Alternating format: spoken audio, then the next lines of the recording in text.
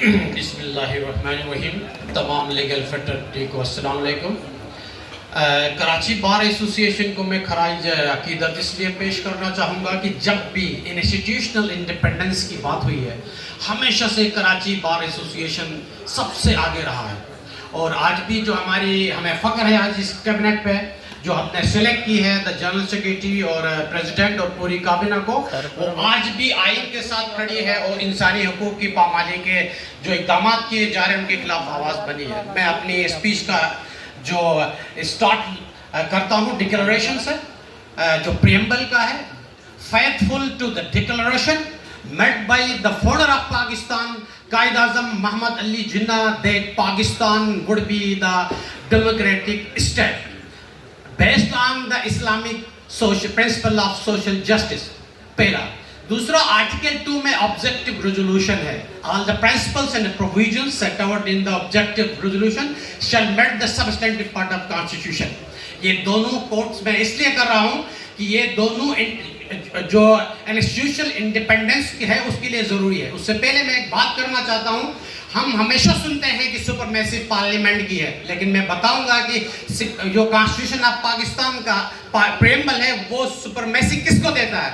वो सुपरमेसी है, it is the will of the people of Pakistan to establish an order where the state shall exercise its powers and authorities through their chosen representative। अब देखें यहाँ पर हम आ रहे हैं 26 अमेंडमेंट की तरफ, पीका की तरफ और ट्रांसफॉर्मेशन ऑफ जज की तरफ आ रहे हैं, ट्रांसफर जो हो रहे हैं। अब देखें ये जो दो चीजें हैं, डिक्लेरेशन और ऑब्जेक्टिव रेजोल्यूशन, वो इंडिपेंडेंस ऑफ जुडिशरी को इंश्योर करती है। क्या पार्लियामेंट विल ऑफ पीपल है या नहीं है? वो 47 की पार्लियामेंट है, इसकी कोई हैसियत नहीं है। अपर हाउस हमारा इनकम्प्लीट है, फिर भी लेजिस्लेशन हो रही है। अब आते हैं हम क्यों बेसिकली मैं क्यों 26 अमेंडमेंट की अपोज कर रहा हूँ।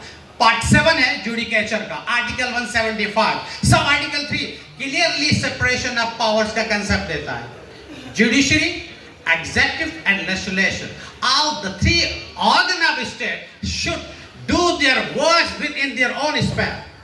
जब पार्लियामेंट अपना एक लेजिस्लेशन पाकिस्तान को देती है, एक सोशल कॉन्ट्रैक्ट देती है, वहां पर क्लियर तौर पे बताया गया है कि इंडिपेंडेंस ऑफ जुडिशरी अलग एक इदारा है। और प्रीएम्बल में बताया गया है क्लियर तौर पे the independence of judiciary shall be fully secure. अब इंडिपेंडेंस ऑफ जुडिशरी कौन सिक्योर करेगा? पार्लियामेंट को करना चाहिए और इंडिपेंडेंस जुडिशरी को आपके कॉन्स्टिट्यूशनल कोर्ट से करना चाहिए, लेकिन ऐसा नहीं हो रहा है। यानी 26 अमेंडमेंट सेपरेशन ऑफ पावर्स के अगेंस्ट है। जब ये अगेंस्ट हो गई तो फिर article 175 of constitution of Pakistan खुद बहुत इफेक्ट हो गया। अब उसमें जो जुडिकेचर है, article 177 appointment of supreme court के जज से, article 193 appointment of high court के जज से। जब आप पॉलिटिकली तौर पे जो आपका जुडिशियल सिस्टम है वो हुकूमत के अंडर में देंगे, वो सिलेक्शन जो है जुडिशियल सिस्टम में जो सिलेक्शन करेंगे, वो सिलेक्शन बेसिकली क्या करेंगे? अपने नुमाइंदे सिलेक्ट करेंगे। इसलिए हम मुखालिफ हैं एज ए कॉन्स्टिट्यूशन के अगेंस्ट उन्होंने अमेंडमेंट किए।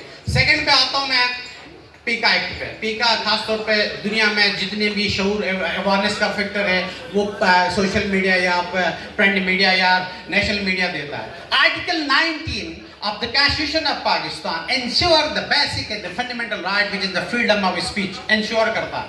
ये जो पीका अमेंडमेंट है 2025 से, it is against आर्टिकल 19। फिर उसके बाद आर्टिकल 19 है, is very connected with article 19। वो क्या है? Right of information.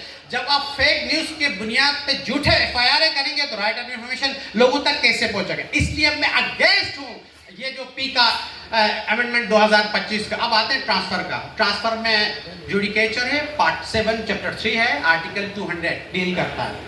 High court के जजों को ट्रांसफर कर सकते हैं, लेकिन इसी का सब आर्टिकल 2 तो बताता है कि आप ट्रांसफर जरूर करें, लेकिन वो एक एज अ जज एक्ट करेगा, एज ए सीनियर जज एक्ट नहीं करेगा। सीनियरिटी प्रिंसिपल मौजूद है कि उसी ओथ जब लेंगे आर्टिकल 178 और 179 के तहत, थर्ड शेड्यूल के तहत ओथ लेंगे तो सीनियरिटी वहां से शुरू होगी। लेकिन मेरा सवाल यहाँ से पूरे पार्लियामेंट के मेंबरान जो हमारे जज हैं जिन्होंने कंसेंट दिए, वो तो शेड्यूल 3 में हमारे जज सुप्रीम कोर्ट और हाई कोर्ट के जज ओथ लेते हैं, वो कहते हैं I will preserve protect and defend the constitution of Pakistan. वो अपने हलफ की वायलेशन करे, वो कैसे कंसेंट दे रहे हैं जज ट्रांसफर हो, और इसके पीछे एक बाकायदा एक आइडियोलॉजी हुकूमत की।